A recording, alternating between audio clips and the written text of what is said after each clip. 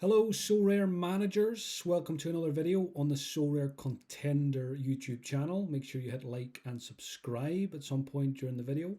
As always, going to do a quick review of the weekend's action, how the lineups performed or more so did not perform. We'll have a look at the gallery, which new cards have joined since the last video. Have a quick look at the watch list of players I'm currently interested in buying, and we'll finish up with a quick lineup builder of a couple of teams for the weekend of games. So on Sorare data for the results from last weekend, overall, as you can see, no luck this time, absolutely no rewards, didn't even manage to get a box, which is very sad. Hopefully this weekend will be better. Overall, because a lot of my stronger cards are Celtic cards, and they were playing against Rangers in a chaotic 3-3 draw. In particular, defenders did not perform very well. I had 3 teams in Division 1, so 2 classic teams and 1 in-season team, and all 3 were relegated. So absolute disaster, but hopefully they will bounce back this weekend. Lots of players with better fixtures coming up this weekend, so let's hope they can bounce back and get promotion straight away. So I'll run through this pretty quickly because there's not much to shout about here. So first lineup was this one, contender in season rare. Mitov did okay in goal despite not keeping a clean sheet. Greg Taylor with a 50, not great, 3-3 draw. Stuart Findlay, who joined the gallery recently, put in a good performance, 74.5, clean sheet for Kilmarnock. Picked him up for about £5 and I expect to use him for the rest of the season and into next as well. Captained Rio Hatsati in this lineup. He didn't get any decisives, although he was close on a few occasions. And Adam Lafondra also did not deliver for Hibs. Next lineup, Contender Classic, Choi, who I picked up Choi for about £60 a couple of weeks ago. There was some debate whether he would be first choice or not, but he is now and looks to be safe for the foreseeable future. His price has shot up now to about 120, 130 quid. So I'm open to selling him, which I'll talk about later because I do have him listed on the market. Captain Frankie Kent, not fantastic, no clean sheet there. Aberdeen failed to score against Livingston, which was a big part of my downfall this weekend as well. Clarkson didn't do anything. I had Miovski captained in another lineup who very harshly had a goal ruled out at the end of that game. Vargas didn't deliver either for Hearts, and neither did Ilja Shinko. So FC Seoul did not score. So there's a common theme here. The teams did not perform well. Sho Sasaki did okay, but again, he's not hitting the massive scores that he did previously, so hopefully they'll come soon. Nothing from Danny Armstrong at Kilmarnock. Kjaergaard, again, I think a lesson for myself. I was trying to sell Kjaergaard last week, as you'll remember from the video if you watched it. I spent £54 on Kjaergaard.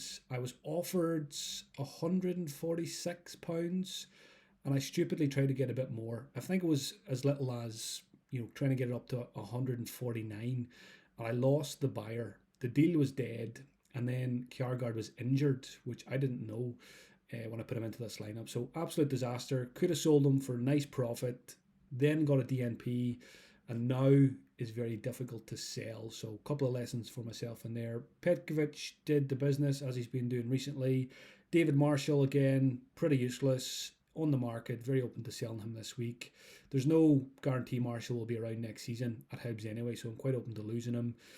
Next team, this was a Celtic stack with Zander Clark in goal, so no clean sheet for Hearts. Kyogo didn't get a decisive.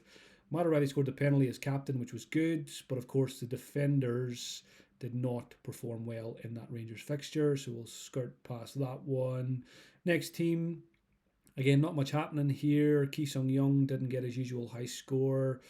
Holtby, no decisives despite his team scoring 4 times, so that was frustrating, but he did put up a decent score. Shanklin was probably the most frustrating part of the weekend. Illness captained him in this lineup, and what can you do? DNP, 0 points from your captain. Your team is always in trouble if that happens. Kellerus managed to keep a clean sheet, which was good. But again, not enough to avoid relegation. Next up, again, not much happening here. Placidi, only 39.7. Andrade did okay, but again, no clean sheet there.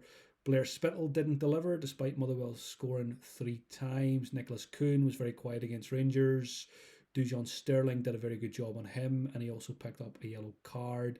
And Miovski captain, goal right at the end, but it was ruled out. Some controversy over that today. Apparently the Hawkeye or whatever it was, VAR, was not working properly, and it could well have been a goal. So not that helps me now after the fact. My only limited team is my Celtic stack. Again, difficult fixture against Rangers. Joe Hart didn't score well. Defender didn't score well. Matt O'Reilly did the business. This team is in a limited Division 2, and it was okay. It didn't get relegated, so at least we can go there again. And then the final team was kind of a throwaway cap 240 team. Salinger has been a disaster since I bought him. Only scored 15 points. Got the captaincy right in this team with Gartenman getting a clean sheet for Aberdeen, but apart from that, nothing else. Matty Kennedy, no decisives. Jan Danda was benched, and Gribbage, I think, might have been benched as well. So, enough of looking backwards. Let's look forwards. A quick gallery update. Players that I have signed, cards that I have bought since the last video. So I think we mentioned the FC Soul striker last time. Since then, Matty Kennedy, a player I've always liked. I think he hit the post at the weekend for Kilmarnock. I feel like he's a player who has a lot more decisives in him than he actually produces. You'll see he's listed on the market there. I've actually picked up an in-season Matty Kennedy just before I started recording because I've got Danny Armstrong and Stuart Finlay from Kilmarnock in season, so I'm looking to just build up that bonus to 2% for those players. So I'm going to buy probably one more Kilmarnock player, and that should bring me to a collection score of 100 at the start of next season. So I've bought an in-season Matty Kennedy, and I will sell the old season. Scrolling up here a little bit further, what other deals have been done? I was very happy to welcome Alistair Johnson back to the gallery. Sold him a couple of months ago for about £100, and I picked him up again for, what is it, £78.61. So very happy to get Johnston back.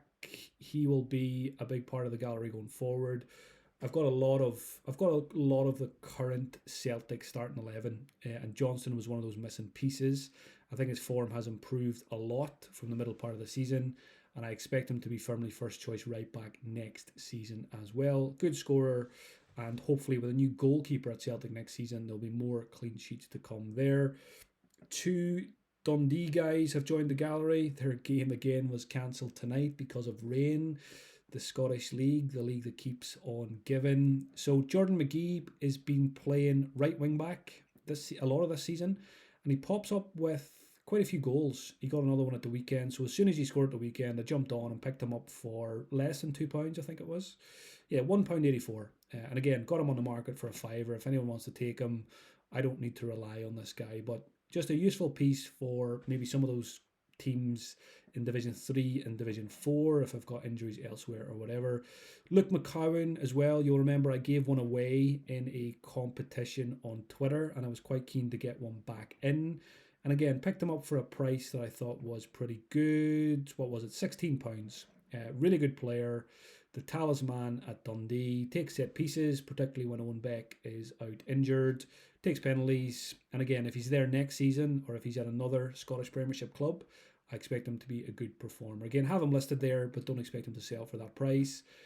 Moving up here, you'll see 4 Hearts players. The reason I brought them in, again, collection bonus. I've got a Lawrence Shankland, who I plan to keep long term, whether he's at Hearts or someone else next season. Again, if he moved out of Contenders with a transfer, then maybe I would sell him. But I think there's every chance he'll stay at Hearts or go to another Scottish Premiership team.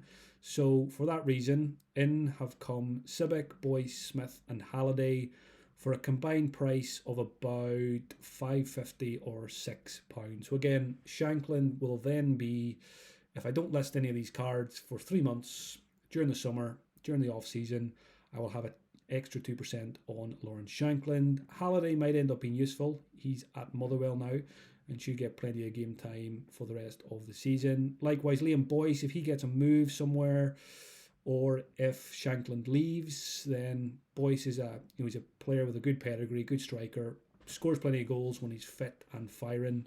Has had a lot of big injuries, but hopefully there's life in the old dog yet.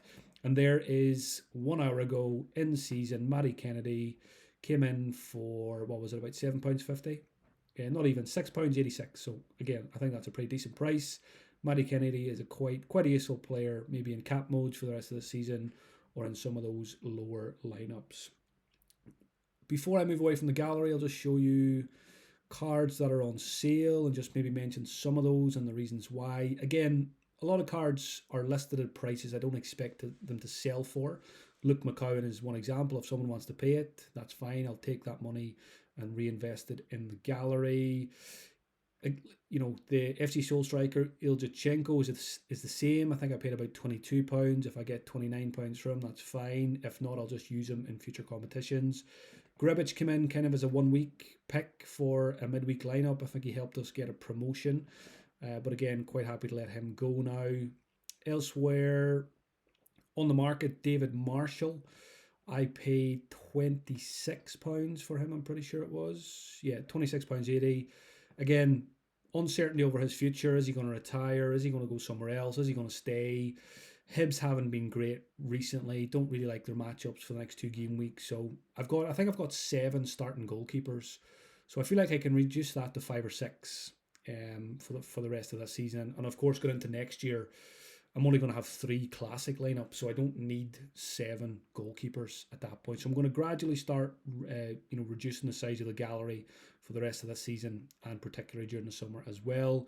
Penrith I picked up for cheap recently. Again, thinking long term, he's probably not going to be a part of my strategy next season. So quite happy just to take whatever money I got for him and get rid of him again. Placide's kind of in the same boat as Marshall.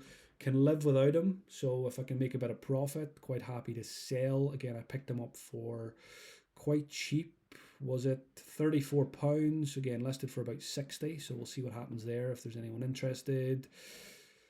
A couple of other players on the market. Odin Holm, part of my Celtic collection, but I can do without some of these Celtic pieces now that I've bought a few more, like Alistair Johnson. So I think I only paid about £6 for Odin Holm. Again, listed for 21. Probably won't sell, but you never know. Holtby, I'm planning to use this weekend because he's got a good matchup. £69. That will not sell, but again, just stuck him up to see if there's anyone interested. Most recent sale that wasn't an instant buy was £31. Duke Lopez, not getting any game time really at Aberdeen, so quite happy to let him go. And there's that guy Kjaergaard. Could have sold him for £146 last week, and now I'm going to struggle to get £100 for him. So again, we'll see what happens there. If not, a player I can keep long term anyway. Elsewhere on the market, Iwata, same reason as Odin Holm. Iwata probably won't be a regular now with McGregor, Hattati and O'Reilly all fit, so don't mind losing him. And then you've got the FC Seoul guys as well, Ki Sung Young and Choi. So we've got this K-League special weekly coming up soon where you need 3 in-season cards. I don't have any in-season K-League cards, and as you can see, I don't have a budget available either to go and buy some. So instead of playing it, I might sell into the hype of the tournament, make some profit on these players, and then just reinvest it elsewhere. So Choi, for example, most recent sale was £84.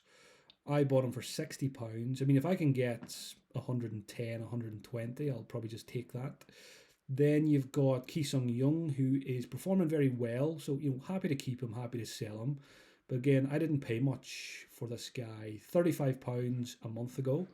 Most recent sale, he's going for about 50 or 55 now. And I think that could even rise as we get closer to this in-season special weekly. Because some people will use an old season Choi or an old season Key along with their in-season cards for that. So we'll see how those go. Obviously listed at quite high prices. We'll see if there's much interest there.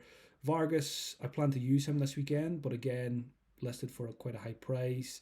Jan Danda, I think I paid £4 or £5. If I can double my money again, that's fine. And elsewhere, Laidlaw, again, £50. No one's going to pay that, but just listed it for the sake of it. And Spittle, again, mentioned him last week. he's a good card. He's a good player. I don't mind keeping him, but I've got a lot of midfielders, and if I could free up a bit of cash to maybe buy a forwards or even another goalkeeper, yeah, I'll show you the watch list in a second. I don't mind losing Spittle. Last couple of games haven't been as good, and I suppose there's a bit of an unknown next season. He's moving to a better team in Hearts, but does that mean he's going to be a better Sorare pick, or will he be prone to a bit more rotation? Will he have less set pieces? We just don't know how it's going to impact him. So quite happy to lose him if someone pays, what I'm asking. And again, can always go back there at the start of next season, if it turns out that he is still a really good pick at Hearts. So that's it for players on the market. I'll show you a quick look at the watch list that I keep. So again, I just update this quite regularly. Very basic Google document. Players that I'm interested in, if I can, get them for a good price, whether it be in auction or on the market. So goalkeepers, I've got Tangvik there, who's a very young goalkeeper at Rosenborg. So I still haven't ruled out going down the route of having one under 23 team next season. I've got a few pieces already. I could use a Matt O'Reilly. I could use Kjaergaard if I keep him. I've got players like Kenneth Vargas, a couple of others. So I wouldn't really need too many more pieces to get an under 23 team out. The main piece would be a goalkeeper. So Tangvik at Rosenborg, I'm keeping an eye on because he's very young. And there could be a lot of utility there, but his price has shot up recently. I'm not going to overpay for him. So probably going to give that one another few weeks, see if the price comes down. And if not, I'll just look elsewhere for an under 23 goalkeeper before next season. Benjamin Seagrass, Celtic goalkeeper on the watch list as well. I'm trying to pick one up for about 10 or 12 quid. I think there's a good chance he'll maybe move on loan in the summer, hopefully to another contenders team. But I'd like to pick him up just in case that happens. And of course, Seagrass would help my collection bonus as well on the Celtic card, so keeping an eye out for a good price on him. Defenders on the watch list, Hagelskjar, who plays for Molde, I think it is, in Norway. He's been putting up some good scores recently, but it's very hard to get your hands on one. There's currently no rares on the market for sale, so I'm keeping a close eye to try and pick one of them up at a decent price. But if one goes on the market, of course it's going to be priced pretty highly. Midfielders, I'm keeping an eye on Yunbit Garam in the K-League. I think he might have an injury just now, so I need to keep an eye on that. But again, if he does have an injury and he is out for a wee while, that will probably be the time I pounce on him when the price comes down a bit. I've got Perisic there from Splits. We all know him from his days at Tottenham and Inter and elsewhere. Could be a useful contenders card next season. So again, would like to see his price come down a wee bit. Evian and Mats Moller Daly in the Elite Syrian as well. Evian at Bodo Glimt, and I think Daly is at Molde as well. Two very good players. Again, I know a lot about them from my playing Norwegian fantasy a couple of years ago, and Mats Moller Daly in particular has absolutely smashed it in the first couple of games in terms of SO5 scores. So again, his price is probably out of reach just now. But a couple of weeks down the line, if he calms down a bit in terms of scores, might be able to pick one up. Also have Jackson Irvine here. Jackson Irvine from St. Pauli, who looked like they could win promotion from Bundesliga 2. I know him from his days in the Scottish Premiership. He's scored very well recently on Sorare also. I've got Araki here. This is Ryoturo Araki he's on loan at Tokyo. Didn't play the last game because he's on loan from Kashima Antlers. Started the season very well. Very good player from my research a couple of years ago. I think Young Player of the Year in Japan and stuff like that. So he's doing the business. He's a decent price. And I'm slightly tempted by... I don't think I'm going to play the K-League Special Weekly, but I am tempted by the J-League Special Weekly, which should be announced next week, because I've got Sho Sasaki and Shiatani. So I've got two very strong cards there that I could use as the two classic season ones, and then I could pick up 3 in-seasons. And if I did that, I think I'd pick up Iraqi as the midfielder. I'd probably need to go and buy a forward and a goalkeeper, which, of course, buying a goalkeeper would not be cheap. But if I can free up some cash with some sales, I might go down that route of the J-League Special Weekly to see what we can get from that. Forwards on the watch list, Cecilia, again, possible injury at the moment, so hopefully that brings his price down. I'd like to throw Cecilia in with some of my Celtic stacks because I feel like he's probably a better pick than Kyogo in those kind of lineups. I've got Sima here at Rangers, who was having a very good season, had a long-term injury, came off the bench against Celtic and scored. I think he could be a good option. Also thinking about Sima as a possible under 23 forward for next season, in particular if Rangers sign him. I think he could be a good option. So I'm tempted to pick one up soon because if he does stay at Rangers, if they do sign him, his price will probably increase during the summer. I've got Maulida at Hibs, who I sold, and I wouldn't mind getting one back. Daisen Maeda, again, I don't have him. Scored against Rangers. He's only about 40 or 50 quid. I'm not in a mad rush to go and get him, but again, I've got plenty of other Celtic players, so he might be the missing piece in that collection jigsaw.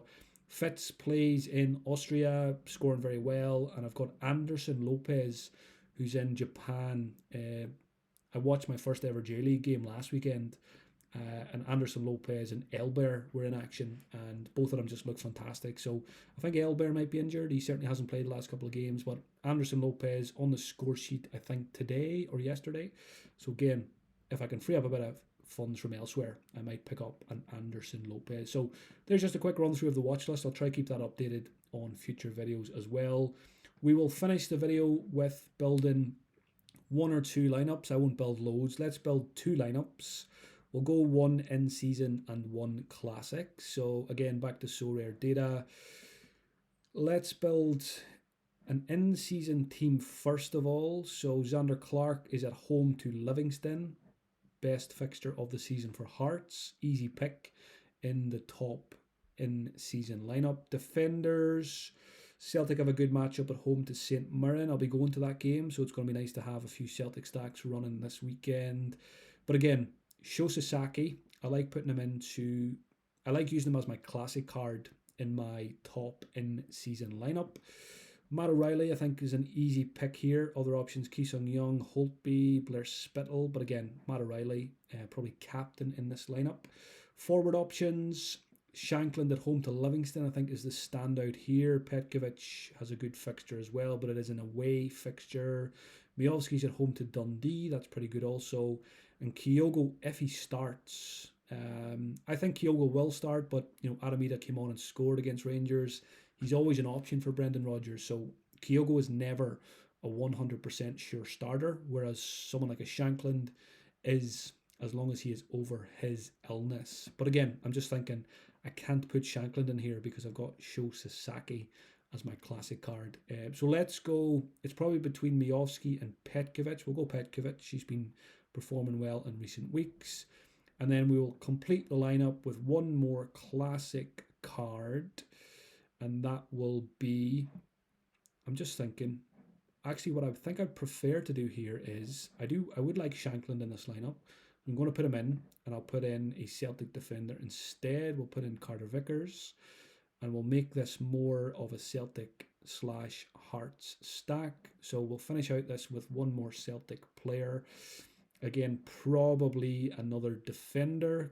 Decision between Greg Taylor and Alistair Johnson.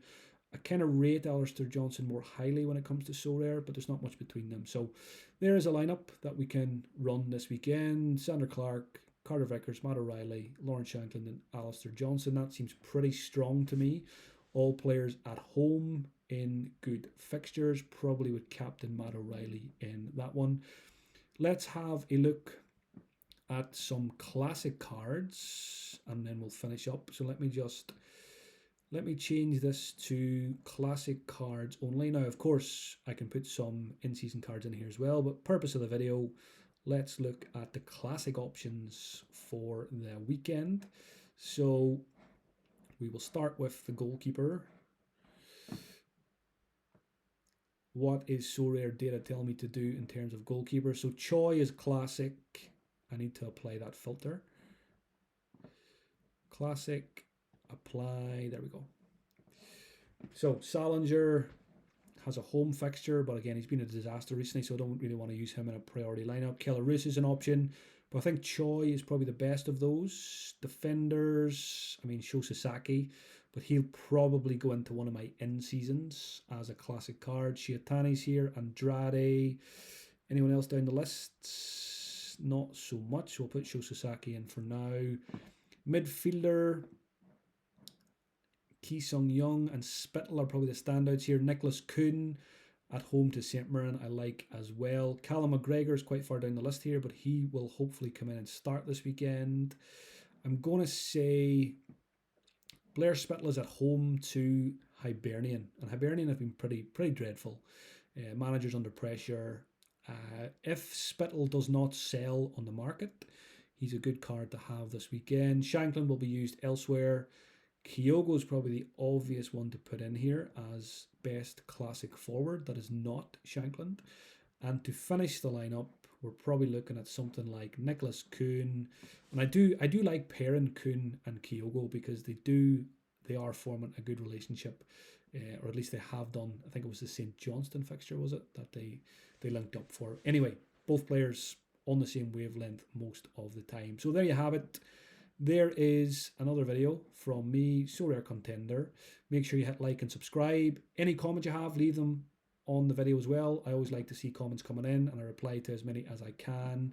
Is there anything obvious that I'm missing out on ahead of the weekend? Is there any cards I should be picking up? Is there any cards I should not be selling that I currently have listed? Anything you want to comment on, you are more than welcome to do so. Thank you for taking the time to watch. And again, probably the way things are going, it's probably going to be one video a week, mostly on Wednesdays. So I'll try and make that a bit of a routine, bit of a game week review, gallery update, watch list, and then build some lineups for the weekend. I will talk to you all again next week.